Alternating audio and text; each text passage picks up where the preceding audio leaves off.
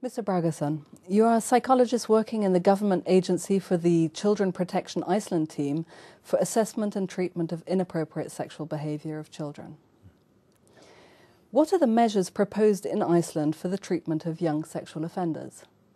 Well, what we do have is we are a team of 3 psychologists working in an outpatient setting, and we do offer treatment for assessment and treatment for children aged 12 to 18, but we've gone down to age about 9 is the youngest that we've had. Now, what we do is mainly we focus on first is the assessment and a bit of psychoeducation, and this is often involved, almost always involves the parents of the child as well, and the child itself.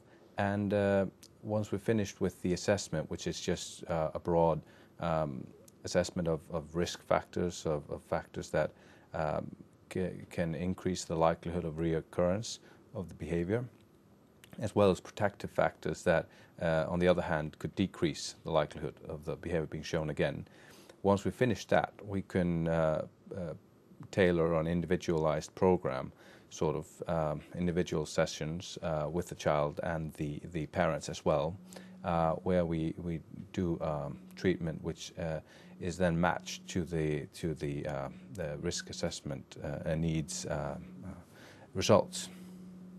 This is the main focus, just to say, on the services that we provide. There are, of course, in some cases, a need for inpatient services, but that's not very specialized in Iceland as of now.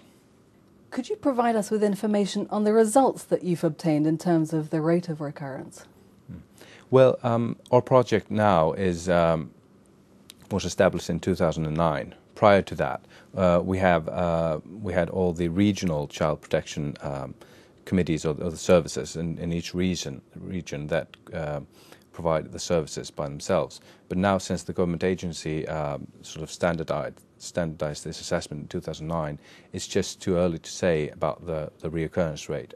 We would need to get a sample size over the next few years and then follow it up for a few years, 5 to 10 years after that. So it's a longitudinal study that we'd have to conduct and able to answer that question, I think. Could you tell us whether awareness has been raised on the need for providing treatment of young sexual offenders? Yes, actually, there has been quite a bit of an awareness. There's been, because of non-governmental sort of programs that have been facilitating the discussion in the society of the prevention of sexual abuse, they've also called on the treatment of sexual offenders as well. So what happened after 2009 is actually that even the judges have begun to sentence or make it a condition of the sentence that the young sex offenders receive treatment, which was not an option before 2009 because there were no readily available treatment services. As well, if we look at the society in whole, we're a small country, so we're all very close to each other, so the academic institutions are very close to the practical parts. So in many cases we can have good access to the teachers, to social workers, and give them the education so they are aware.